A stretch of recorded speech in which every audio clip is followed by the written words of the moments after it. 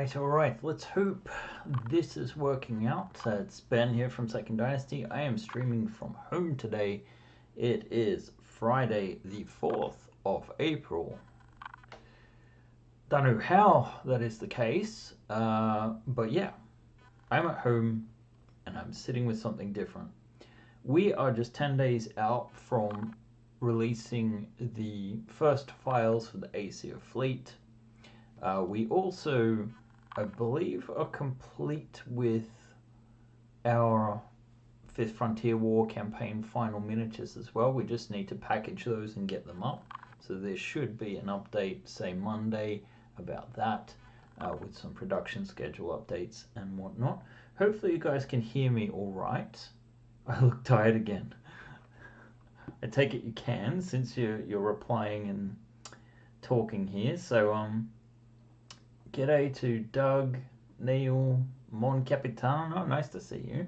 Solo Spirit, Shergol, Clive, Anders. I think that's everyone so far that's engaged in the chat. So do feel free to.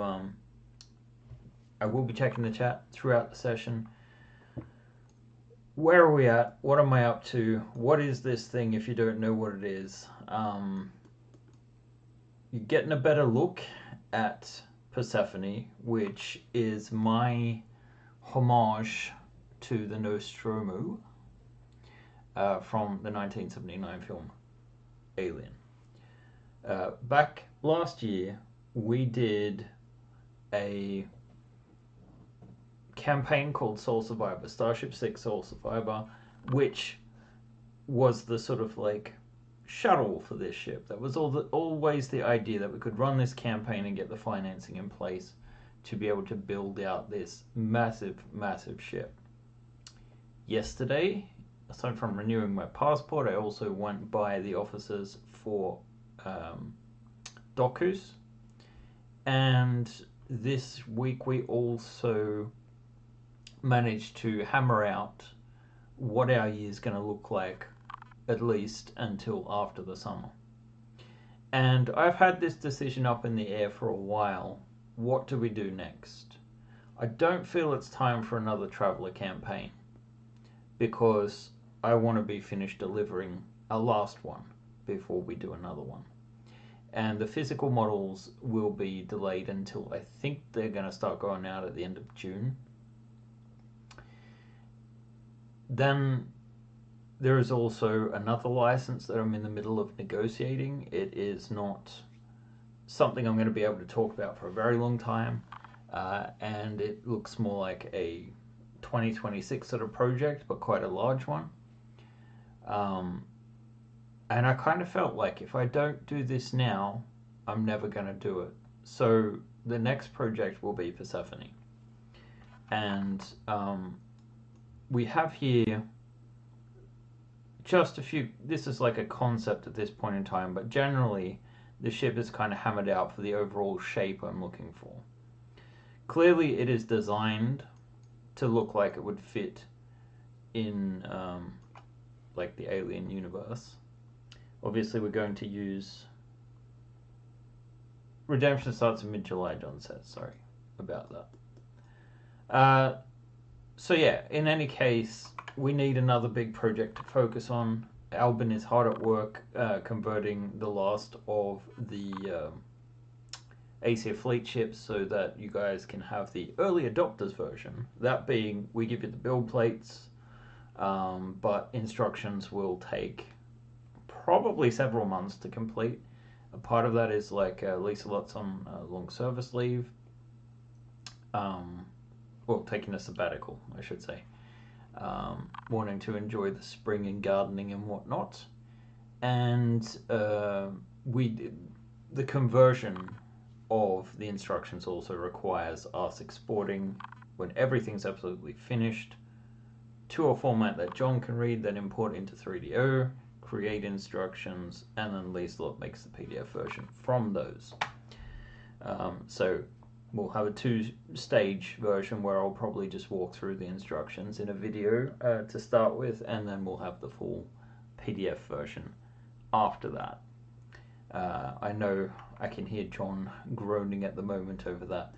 How big is this thing? Well, let's turn on first the Erebus to see how large it is, because this was the general concept, that the Erebus sits on its back as the, escape vessel.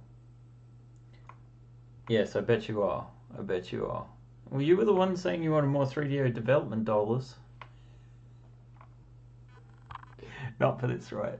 Not for this. Again, this is very, very rough at this point in time. My favorite designer is probably Ron Cobb. I love Giga. I love, Ralph McQuarrie. Lots of people from this late 70s, early 80s period of science fiction design. But Ron Cobb is by far my favorite. And from his notes and descriptions about when they were designing the Nostromo, they wanted to kind of make it look insect-like. So I've kind of kept that in mind. It's kind of squat, but we also want to make this playset quite practical. I say playset because we've kind of been moving towards more of a... maybe that language is not the best when your target audience is like men from 30 to 50 years old. But the main thing to consider is the playability of the design. I tend to get bogged down and focus on, okay, this system needs, this much space to make sense, or we need to represent this. But if I built a ship that truly was in sort of like fitting into the alien universe, only a tiny part of it, maybe 10%, would be dedicated to payload, and that payload being both passengers and cargo. Meaning that you would have a whole heap of the ship that just has nothing going on in it. And we just don't want that situation. We want to create something that is playable and you can interact with. So that's the Erebus. Let's turn on the Typhon, and you get a true sense of how large this is going to be in comparison. So it is just going to take up a complete table. And what I'm actually doing at the moment, because this is very much like very, very rough, I'm really only placing out what I want to have inside of it at the moment. I'm really only planning for how to build this, and it's going to be the interior. I'm kind of leaning towards using grid forge, but making some tiles where, it's like the standard will be 1x2, and the edges of that will just have a tiny little corner. Let me show you what I'm talking about. So obviously you can see this is a very rough block out, but if you look at the quality of the Typhon and Erebus, you know what kind of level to expect by the end of things. Now I do need to work very efficiently on this, and that included a meeting with Mikja yesterday to discuss how we're going to film this thing, because I don't want to do another project where we're super stressed and we're forced to show you guys renders instead of a fully painted, fantasy scene, essentially, of what it could look like on your tabletop. We stopped doing that probably around about Sleipnir, and a big part of that was just the fact that I mean, we did do some for Beowulf, we did some for...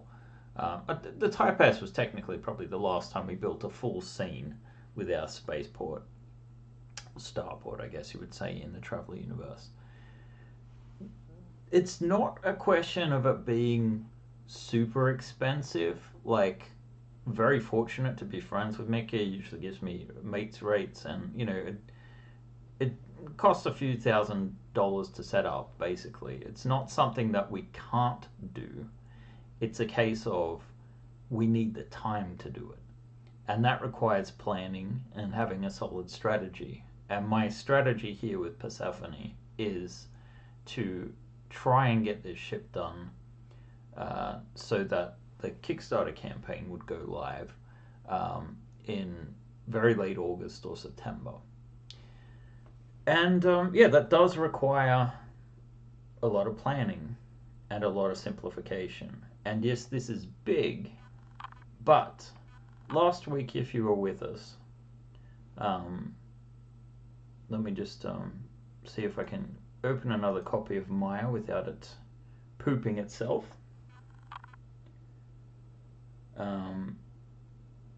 If we look at the Garu Gadra, which is this month's tribe release, we actually did something new this time. Last month we had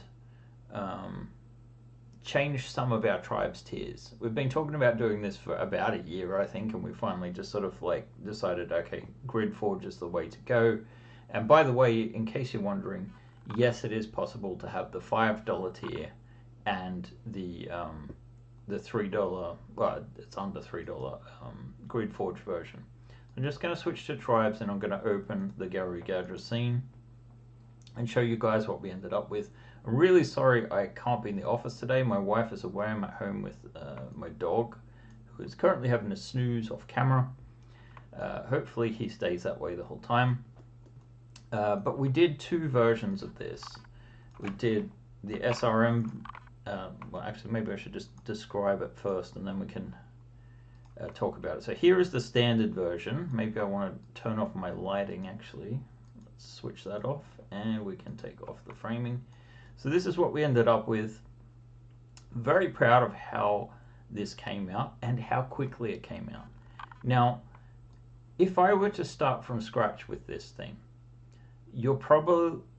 I'm pretty quick these days, but a fighter in 28mm scale with this kind of detail, we're probably looking at about 7 full production days from scratch if I had to make everything. And some of it is about, and that's assuming I had sketches and I knew exactly what I wanted to make and where the compromises would be.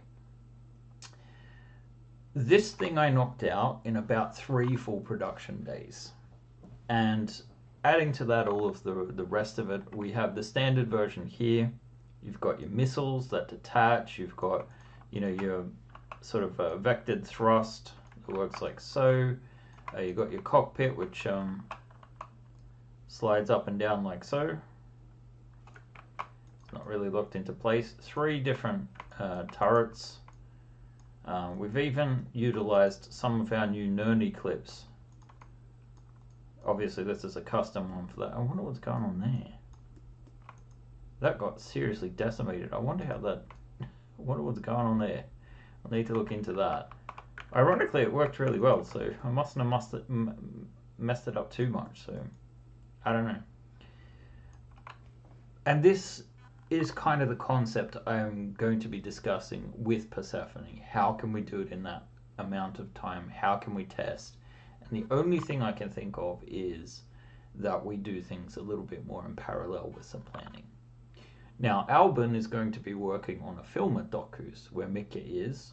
Mikya is the boss, and usually on a production, he oversees the productions, but doesn't have to work full time on it. So whilst Albin is there at the studio, I'm thinking they can build together the set for Persephone. Or at least a flexibility to work together. Maybe Persephone gets painted at Doku's. And I'm quite ambitious about that film. Let's just finish looking at the Garu Gadra. So I decided, since we have these new tiers, to do something I haven't done before, and that is I made 2 different variants of this vehicle. One is this standard version, like the Interceptor version, and one is this short-range missile carrier. The inspiration for these designs, it's basically a marriage of Zentradi from Macross design combined with the Gammalus design from modern Yamato. I guess there's a few other Japanese inspirations thrown in, and ironically too, I would say this design is kind of insectoid in inspiration. I really love the shape and how it's come out. I can almost imagine a version where it's in the reverse and this is the nose. But yeah, so if you're on the Friends of Benjamin tier, you get both versions. If you're on the lower one, my intention at least was to offer a discount code, especially for the SRM version, if you're not on that higher tier. So say you got the $5 one, you could just pick this up for another like $3 or $4. I don't think we got around to making the code yet. I might get John to get on that. I can't remember. I know there was an update yesterday, but I haven't seen it myself yet. I'm really on the ball. So I just want to show that off to give an impression of the concept here, that this kind of thing cannot be made from scratch in 3 days normally. It is only by virtue of the fact that we have so much to work off of that we can pull in meshes and components from other ships, still giving it a unique look. But I mean, the Garu Gadra here was designed to be a cousin of the Garu Bath and the Garu Zalg, and so there are things I could pull in from and create. It even uses some components from my JAS 41 Vampiren, the vampire, the next Saab attack plane that we put out about a year and a half ago, I think. There will be no code till next month, as it won't be purchasable till next month, mister. I mean, I guess so. I guess so. We should just be clear about that. I'm going to close this scene off now, and we're going to go back to working here. So again, huge, intimidating. I'd even like to get some lighting in this thing again. But it is going to work different, because to have a ship of this size, which looking at it will be our biggest and heaviest ship ever. If the Erebus itself is a kilo, this thing is going to be 7 or 8, depending. Probably we'll have a few more areas that are a little less detailed on the interior. That's not to say that we couldn't expand on that and to make more use of it. But the sort of bare bones initial version that we want for that prototype, I need to get that filmed. And I kind of feel like we're missing the true second Dynasty feel by not having our classic pitch films where we have this beautiful terrain. And that is something, sadly, that it's a bit more of a hassle to do now that we don't have our offices in the same space as Docus. But Mickey and I have agreed that we need to have a couple of beers and hammer out exactly how we're going to do this. But let me hide some of the upper layers and I can tell you what I'm thinking here. Let's turn off the Erebus as well. We should have a nice, pretty fast scene, and we can kind of break it down. I'm very much not fully settled on things, but I would like to try to do some lighting as well. So I'm going to take you through and see how we can really wow our potential audience. And yes, this is a massive ship. It's not going to be for everyone, but we will also make available the Erebus and Typhon again as a part of this campaign, hopefully reaching a little bit of a broader audience than we did the first time.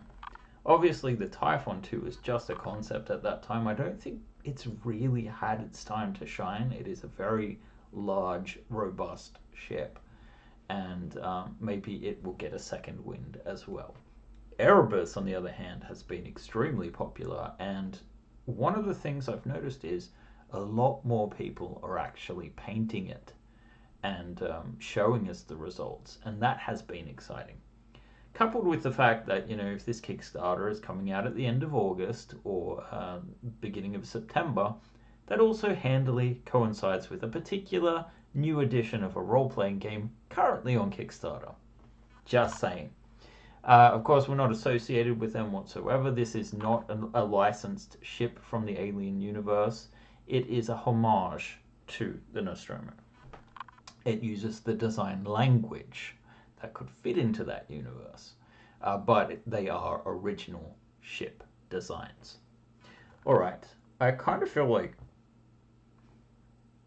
I'm I don't know, a little bit more on point today. I don't know why. I am quite tired. Let's see what people are saying in the chat. Let's see. Scrolling up to where John was last complaining. Let's see. Neil says, it's going to be huge. I'm building the Erebus at the moment and it's about a foot long. That is correct. It is. This thing is going to be about 3 feet, including these struts. I don't know if that's the final form or not. Probably not.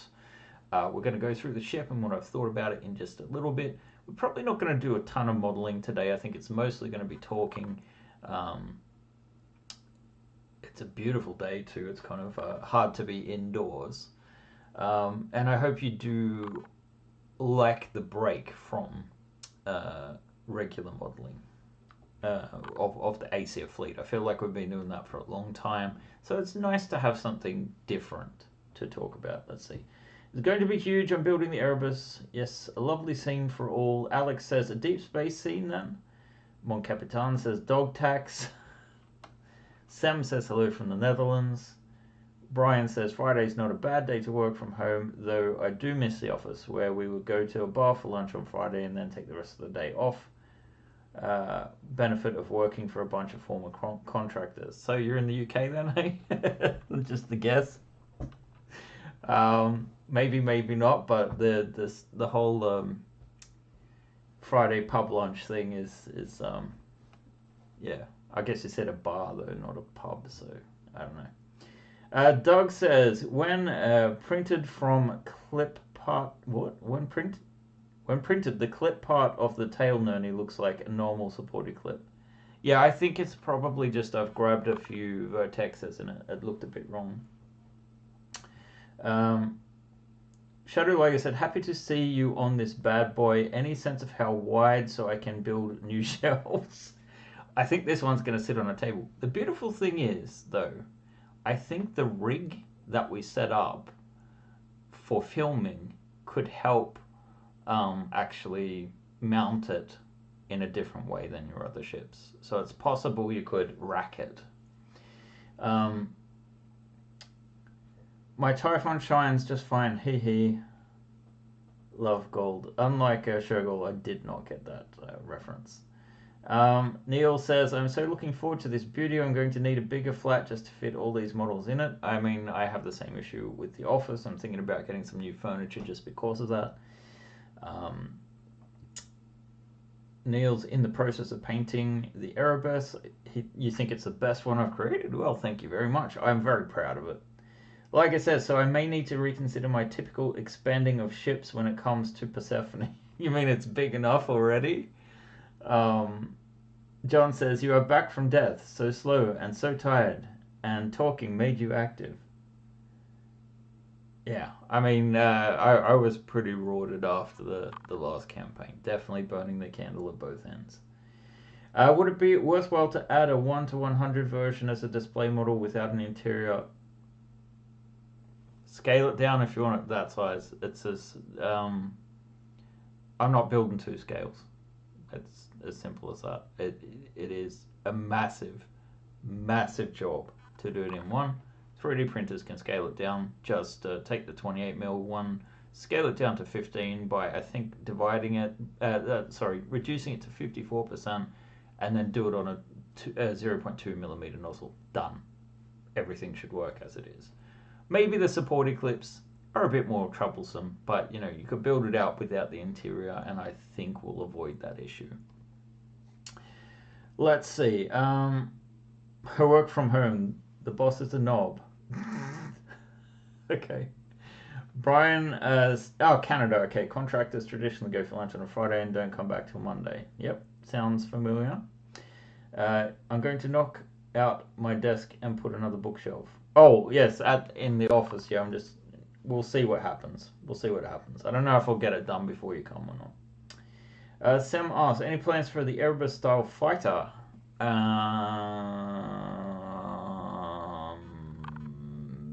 Boop.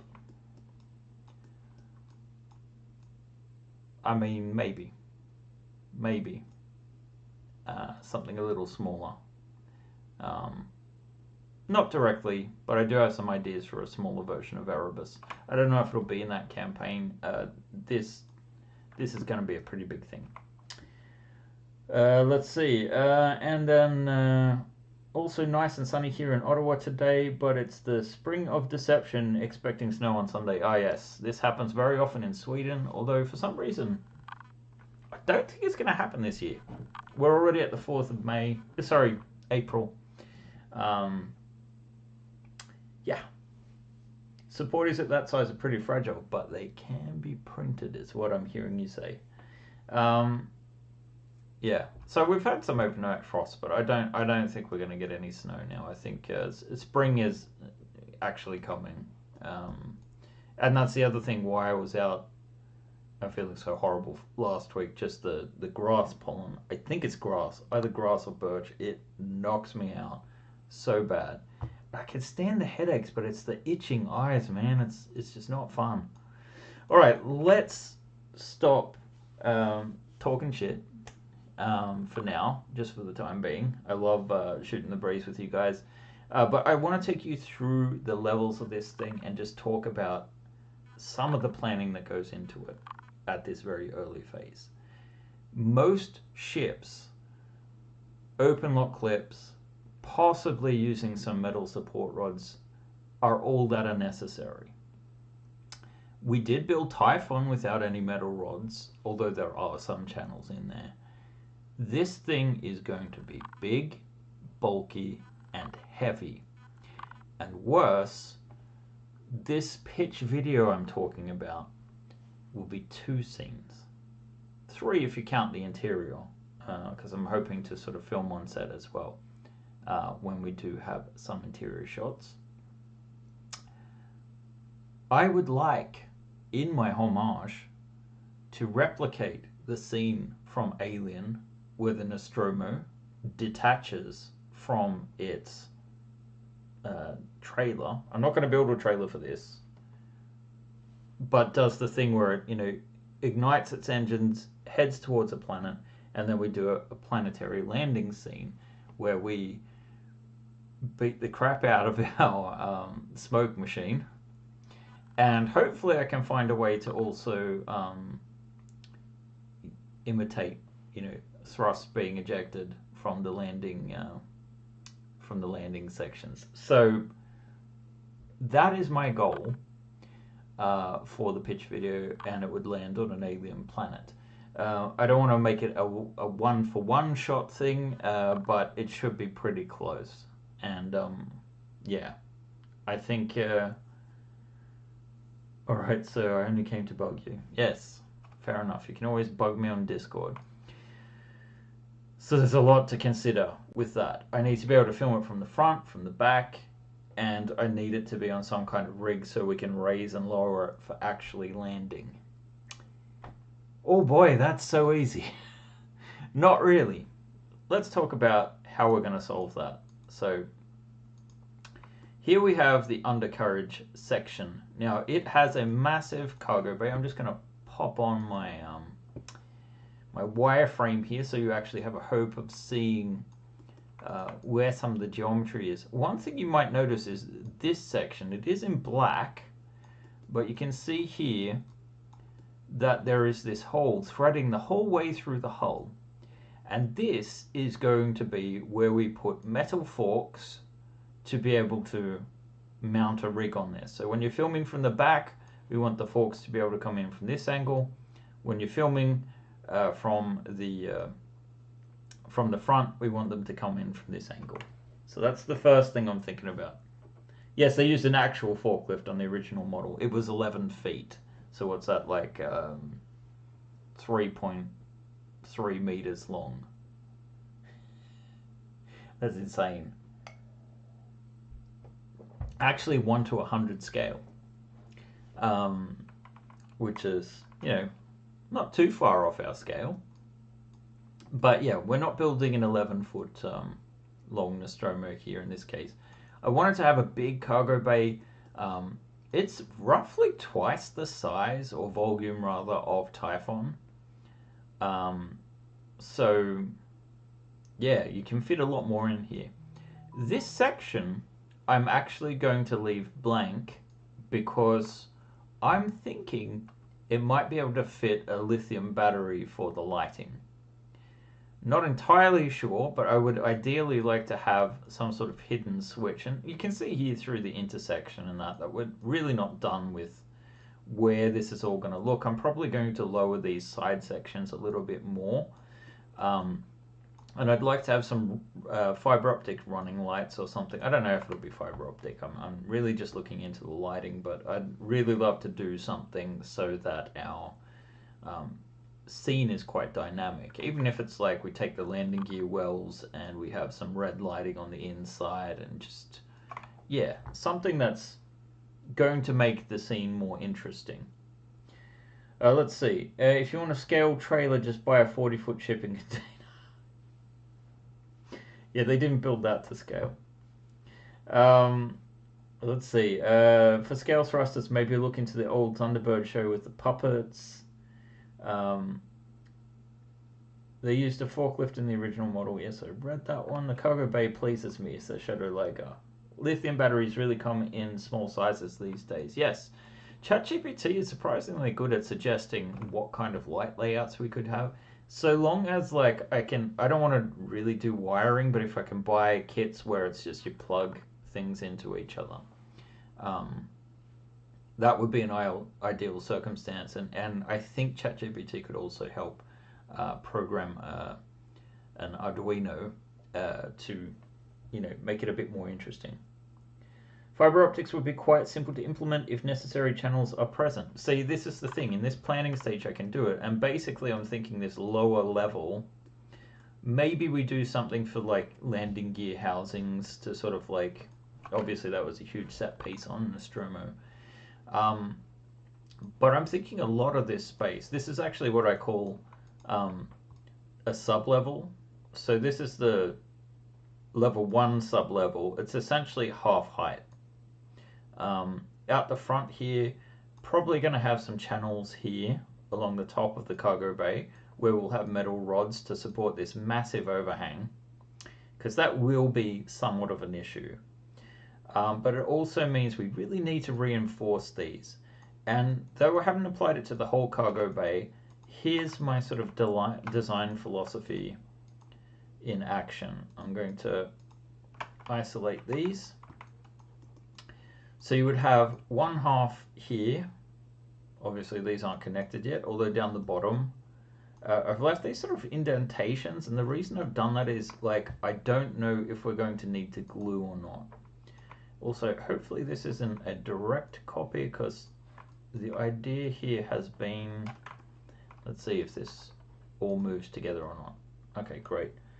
So I'm just creating this thing as offset, so you're not going to get light leakage coming through this gap.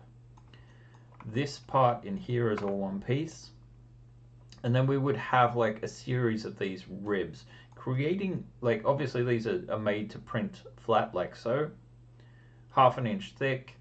You would use a lot more infill than usual, but the idea is to create a cradle of sorts built into the ship, and this area where you can run lighting through the lower levels at least. Really only interested in the lighting that is visible from the outside of the ship. So for the interior, probably only the cockpit, so the bridge is necessary. There's plenty of microcontroller choices to pick from. Yeah, I might need some community help with all of that, to be honest. I'd love to do a great job, but it's out of my wheelhouse. So the main thing I'm concerned about, obviously, is the structure. It's also going to be a little bit back heavy if we have, 100 to 150 gram batteries sitting in there and some wiring hidden in the walls. But just being able to replicate that landing sequence from Alien would be like a lifelong dream, like a top tier sort of thing. There's an Australian company that does modular LED kits for models. Okay, I need to look into that sort of thing. So if you guys can jump on the Discord afterwards and start a discussion about that, I'd be happy to. I kind of want a solution where I can almost buy a bunch of different parts and just experiment with them a little bit rather than have a finished solution. So we'll see what happens. These larger reinforced landing gears do need a couple of like the placeholders for now. Obviously, there is a lot of work to get this done, but the idea is a lot of the work will be a relatively simple frame. I'm hoping that a lot of the surfacing will be repeating patterns. I don't think it's going to be particularly modular rather, aside from the interior. So we'll see how that goes. But this is the cargo bay level. Let's have a look at how the rest of the ship looks. So you'll notice here straight away that you can't really see through the walls. And a part of this is because I need to switch over to back face culling, and that will let us look down into the decks. I'm going to turn off some of my walls here, and you can see I'm trying to put in some grid forge tiles to work on the layout. I'm really going back and forth as to whether or not I want the corridors to be single sized, or if I want them to be, larger than that. And a part of the reason why I'm struggling with that at the moment is because I'm not entirely sure how I want to solve the walls. I kind of want to make this easier and quicker to print, and it is a massive, massive ship that's going to weigh a lot. So by not having full walls everywhere, or detailed walls everywhere, we might have a case for a hybrid solution. And I've got one of those on the next deck, but if I just show what I'm thinking, you got your bridge here, probably going to do a little bit of a different layout with an option to do something that's a bit more central and familiar. Same with windows in the sort of stretch goal territory. I think we're going for a little bit more of a Sleipnir campaign style thing where you have a base ship that looks like it fits into the alien universe quite well if you wanted to use it for that. And then some components that we're probably not going to sell by default, that you could customize it a little bit more if you want to get it closer to something like what we did with the Fenrir, basically. So that's kind of exciting. And we have other issues here with using these tiles. We did come up with some solutions for the Aesir Fleet for these angled rooms, and that I think more apparent on the level above. So here we would just have a junction with your sort of ladder well going up. I think we'll probably put the engineering room here, or maybe on the next level, just overlooking. I think we're just going to have one main reactor in the middle there. And I'm also thinking that the airlock I've placed on the second level there will actually be moved to this lower level and have some kind of extender instead. Kind of keeping with it's on the port side. And maybe you could even have or justify like a sort of like elevator rig as an option. If you use the wall peg system from the Type S, people could customize the wall depth. Yeah. I mean, I'm not entirely sure yet. Let me show you what I'm thinking. And then you would have these engineering areas over here. So even though the bridge is on this level, this would predominantly be engineering airlock bridge maybe, and computer core obviously. I am trying to take into consideration the systems and statistics that you would find in the Alien role-playing game, like I did with Typhon. So it would be at least compatible with that. Let's see, Neil says, a lift to the surface near one of the landing legs like the original version. Yeah, that's what I'm essentially saying. So if I show you the sub-level here for level 2, there's an entire an entire inch of gap between levels where we can have our crawl spaces, where we can fit our lighting. um, to really turn this thing into a haunted house in space where, you know, an alien presence, for example, your Benjaminans, could crawl around and access different parts of the ship without, you know, going through the central corridors and whatnot. So that's in between every major deck here, which is a part of why it's so tall. Deck 2 here, we've got our cryo chamber room. This is done in a sort of the 7-pointed star version. I'm not sure if I'm going to go with this by default. I'm kind of thinking these walls here could almost be plates, and we could have some kind of rig for like an EEV, or use that as an option. Going to be very few windows. I think it's just the bridge windows, to be honest. Although we could technically maybe put a window here.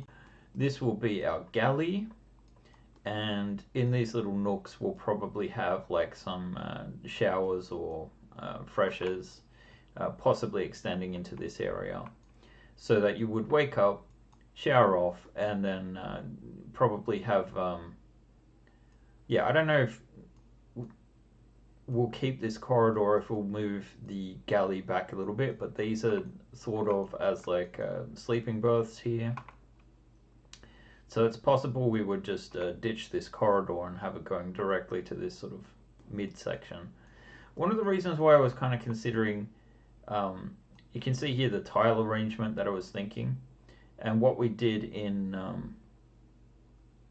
yeah, I don't know if the door is going to sit there. I just haven't decided how big it's going to be. Gridforge does create some challenges for us, to be perfectly honest. You're looking to make a kit bash lighting section for my Beowulf cargo bay. Will keep you posted. Thank you. The great thing about the Beowulf is you have those massive fuel tanks, which you can basically shove whatever you need into. So here we did have our airlock. So what I'm talking about is moving this down to the level below, essentially. And yes, then having an option, maybe in a stretch goal, for that sort of like exterior lift to sort of take you down to the surface. Although the thing is, when you have this is kind of like a hybrid, I guess, of Prometheus and Nostromo in a sense. Like, it does have that central cargo bay. It doesn't have it retracting into the ship. It's just built into it. Clearly, the landing gears will be taking a fair amount of weight on them, but the main thing is going to be this belly here. Which is also why I wanted to create that sort of like offset ribbing system to really make it strong. So yeah, I haven't planned out what's going into these areas or what's going into these areas. I'm not sure how much we actually need, but I did have this sort of like demo corridor area. So either we could have these full walls, but they're very thin, as an option. Or I'm kind of leaning more towards we actually just use Gridforge and keep the low walls like this. So you can see in a lot better. You would still have like heroic areas where it's a full wall. Like say you've got sleeping berths and they're built into the wall. You would want to keep that, right? But it is a challenge. We probably will do more of like like here I've just done Gridforge tiles, right? It probably would make more sense to just use like a quad tile here, or let's just take two singles here. Let me just switch to the right format. So you would just have the base of the grid here, and you'd be switching to open lock walls in between. The big question is going to be, how do we solve these odd angles? Possibly it would be done by not having Gridforge in these corners and just having an open lock solution, because they are cross compatible. There is a mother computer core here on the deck below. It's this quad down there. So you'll have everything that you need, essentially. So you'll have your galley. The only thing I really haven't put in yet is I haven't decided on if we should have an engineering viewing area here or not, looking into the main bay there. We also need a med bay. Cargo bay we don't need because essentially this lower hangar thing does the same trick. So there's going to be areas of the ship where it's like, what does this do? I don't know. Maybe we can customize the rooms. The other thing too is like, technically if you've got huge big brutish engines like this, and I do need to make sure that this is never going to intersect with this hole because it's going to need to be flush. So there will be some, changes to be made. Or, yeah, there's a lot of planning that goes into this thing, and obviously it's huge. And also the timeline we're talking about. This is going to be what I'm going to be doing, essentially. But I kind of feel like if we can get the main structure figured out, we could be good. There is also a possibility that it just takes too long, and we end up in a situation where we might run, say, another Grid Forge campaign or something like that, just to keep extend the life of this production cycle. We'll see. You still probably would comfortably be able to extend this further, and it wouldn't take too much probably for people to figure out how to widen this central section, I would say, if you really want to go bigger. But this thing is big. Level 3, not really detailed yet. This is a good candidate, I think, maybe for our med bay sort of situation. I haven't mapped out at all what's going on aside from this, but we have this sort of narrow area I might turn into livable space. We're probably not going to use as much interior space in this one, and it's kind of strategic because if we're going to have something this big and heavy, essentially the level above, which I don't think we even have visualized, that would be your Erebus docking sort of situation. There we go. So just something to get us up to in here, probably a narrow corridor so it doesn't intersect too much with these, whatever these things actually are. So it's about finding that compromise as far as content, play space, and aesthetic appearance is concerned. And then I think over time it leaves a lot of room for people to mod in additional spaces. Take your time as long as you enjoy the process. That's easy to say, Shadowlike, but our burn rate says otherwise. So it does need to be carefully planned. But, this thing has been occupying my thoughts for a good 2 years at this point. I do have some great ideas about how to do it. And we have been discussing a little bit more about handing off projects to different team members, so it's not all just like when you're working on the same thing for 5 or 6 or 7 months, it does get quite trying to sort of follow. So yeah, it's just one of those things where it's going to take a lot of work and a lot of passion. And the passion I have. I'm really looking forward to working on this thing. And I do truly believe that thanks to the fact that we have Erebus and Typhon to draw from, we have a really solid base. So yeah, I think already immediately this is going to look a lot better if it's just lowered down to the next level. Let's put it on, just so we're doing some kind of modeling. Wait, why are these sides staying there? Let's move it to level 1. So we need to get the floor down to that level. All right. So we'll probably integrate this a little bit more. There we go. Not saying this is the exact final spot, but maybe we'll have a suit room in here. Maybe it'll be out there. Again, not sure how much usable space we're going to look at. And obviously these structures too, we're going to have to be careful about where we put the supports and mounting. Maybe it'll be a case of this will extend out there and it'll just sit on top. But if we don't do it right, we're going to end up with an issue of droopage, with overhangs, and I do think we need to at least add options, which I think I started to say and then maybe stopped, that with these little indentations at the moment, there will be a built-in floor as well. That's about having options for putting in some glue. Somewhere for the glue to actually sit so it's not stuck elsewhere. So I don't know yet if we'd actually do this in such a way that it's a pattern that adds additional structure. That would be an option as well, like taking these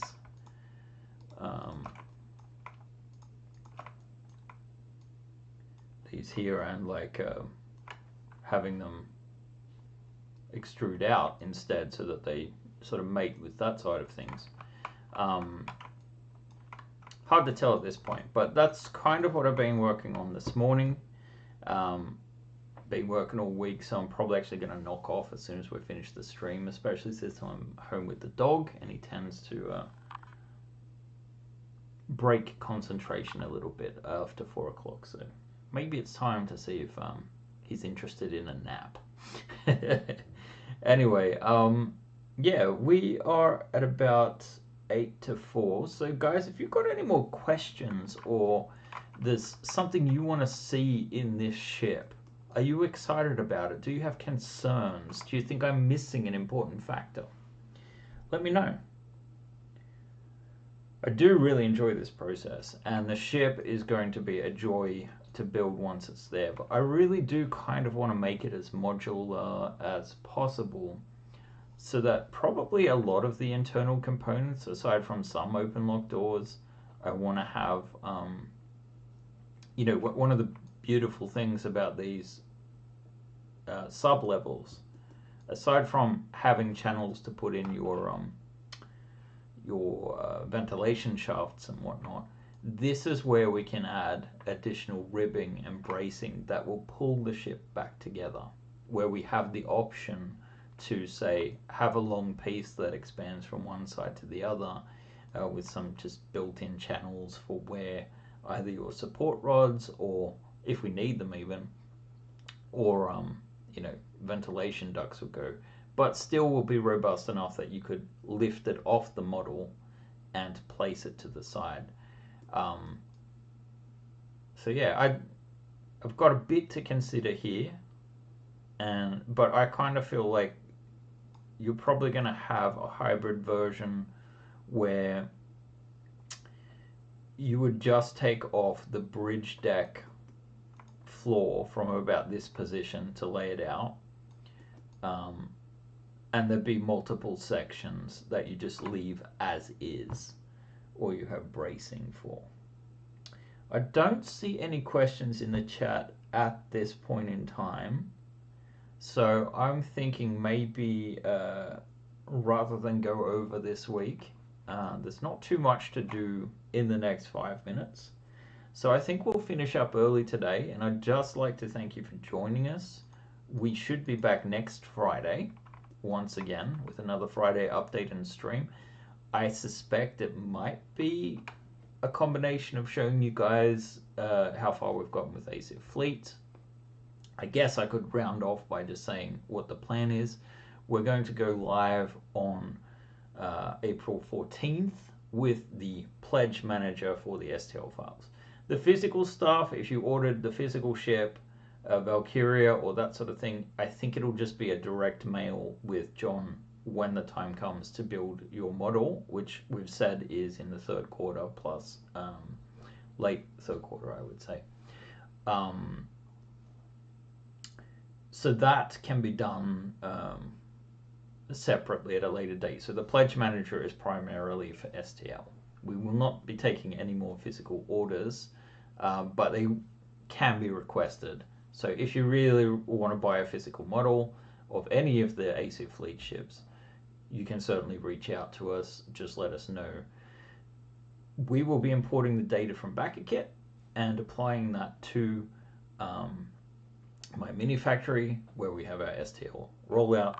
Again, our aim is to have at least 5 of the 6 ships ready to go for April 14th, and this will be the early adopter version, which includes build plates but not full instructions.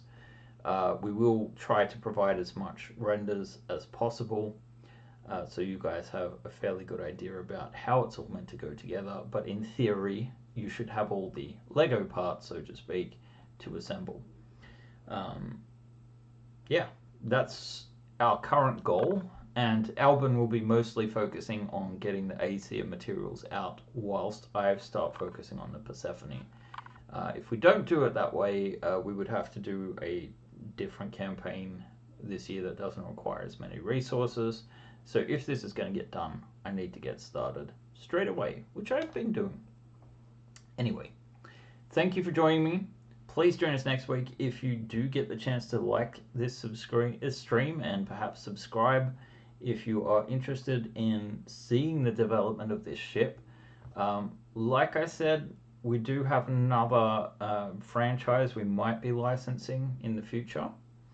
I can't mention it, and it is quite a lot of work, so I'm a bit worried about the Friday streams, and they might have to be a bit more tribes focused. But for now, nothing we need to worry about. I think the Persephone is going to be great to work on. It'll have lots of different sections that we can look at. It's not. I wouldn't say it's a holy grail of RPG licenses, but it is an RPG license, and it is one you've heard of. Anyway, I'm going to leave it at that. Have a great week, everyone, and I will see you next time. Bye.